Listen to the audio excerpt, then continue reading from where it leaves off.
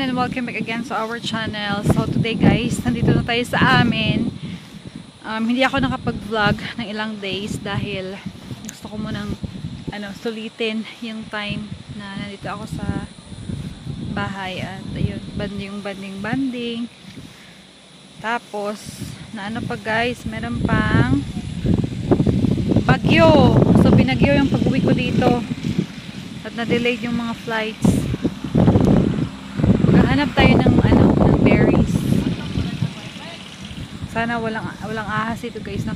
So time check, it's already 4 ng hapon. Grabe. So manguha tayo ng berries, parang takot naman ako Manguha tayo ng berries. Yan, merong berries dito guys, oh. Ay! Yun, may luto. Yun, may luto. Tapos ito pa. Yan pa, oh. Aray, ang taas. Yan. Tapos ito pa.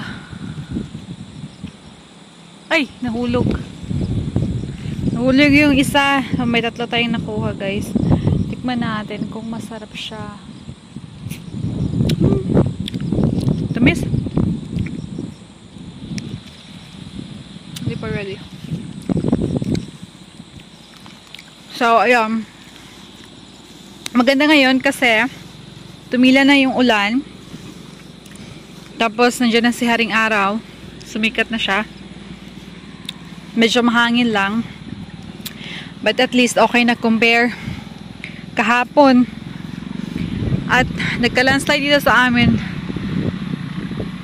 So, ayun guys. I-enjoy natin yung ating bakasyon. Yun, meron doong goats. Tsaka yung mga anak niya. So, ito po yung aming bukid. Ayan, ito yung bukid natin. Sana all may bukid. Meron pa ditong pasalamin, oh. Yan, salamin. Kaso, dumi.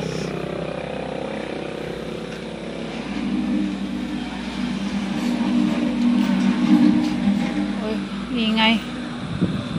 Ayan guys, yung ating paligid. O, diba? So, at least nakapa ako guys. Nag-a-adjust pa ako. Kasi, yung body clock ko is nasa US pa din. So, kapag umaga, tulog. Tapos, kapag gabi, gising ako. At, nagugutom ako. Kumakain ako around 1 AM in the morning. Tapos, hindi na ako makatulog nun. And then, pag umaga doon, inaantok ako. But, I try talaga na hindi matulog kapag umaga para makatulog ako ng gabi. So, sana, next week, maka-adjust na tayo. Yun ang mahirap. Nung first time ko din doon sa US, nung first ko na pagdating, mga 2 weeks din yung adjustment ko, na kapag gabi doon, gising ako, kapag umaga naman tulog.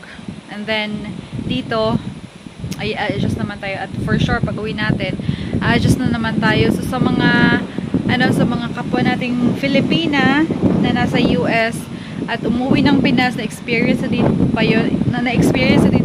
yung mag-adjust, at saka sana meron kayong mga tips. Pwede kayong magsabi ng mga tips na gusto na pwedeng gawin para mabilis mag-adjust. Sabi ni Habi sa akin na dapat hindi ako matulog sa plane. 13 hours yung flight ko from Manila to LAX.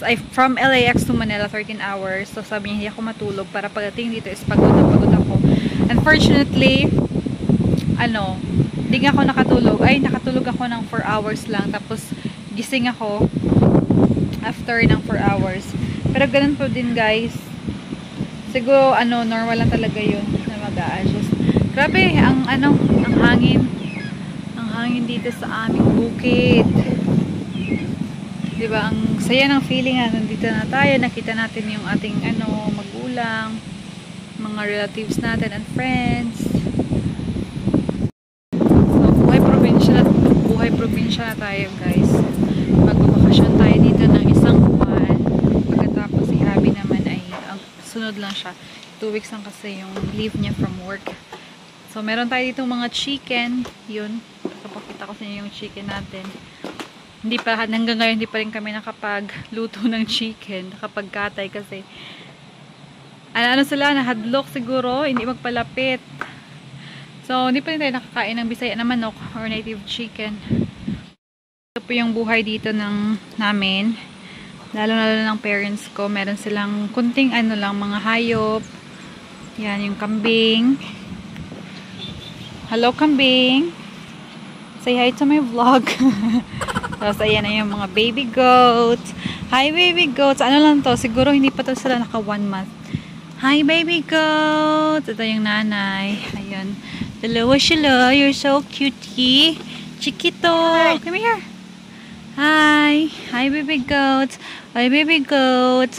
Baby goats. Tapos, pasensya na guys sa aming bahay. Ang daming daming mga ayan naglaba kayo na si mama. So, hinangar dyan kasi nga hindi masyadong mainit.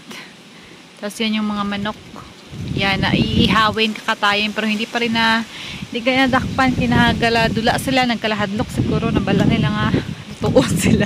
Tapos ito, ayaw mo na siyang tangkal sang baboy. Nagasagod baboy sila ni mama para pang konsumo. So, syempre, meron tayo itong bayabas. Yan, malunggay. Malunggay is life. Tapos, amo na siya guys. So, ang kasaba. Ay, mga utanon dito nga part.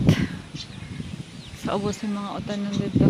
Puntahan nga natin yung na-landslide the other day ata yun. Puntahan natin. Bali, ang na-landslide din ang area. Pero nahadlo ko magkadto kay ang isa naman kaposte na dala. Tapos, basi bala mag-ground kita. Gahula to si Papa sang kayo. Ara guys, nagtupa gini siya dito sa ubos. Dala na daw araw karsada. Ara guys. Nancy. So, ang isa ka poste, dalawa ang poste. Ito ang isa, tapos tangkal. Tapos, ang isa na dala. May lang ganit kaya wala kami nag-brown out. Natumba siya. Ayan. So, ayan po yung na-landslide. Dahil sa ulan. Ganda ng paligid dito. Nakaka-refresh.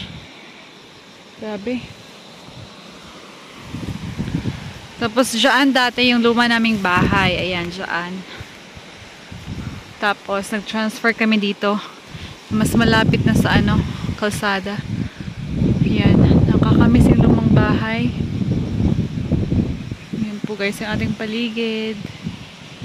Bukid na bukid, diba? Balik na ta! So, yan. Nakita nyo na po yung aming paligid dito. Sa bukid. Maraming salamat everyone. Ano po siya? Ngayon? Grabing hangin. So, maraming salamat everyone. Yung mga vlogs ko ngayon, dito na naman sa Philippines. So, thank you so much for watching. At sa mga hindi pa po nakapag-like and subscribe sa ating channel, huwag kalimutan mag-like and subscribe. Pindutin natin ang notification bell para naman updated kayo sa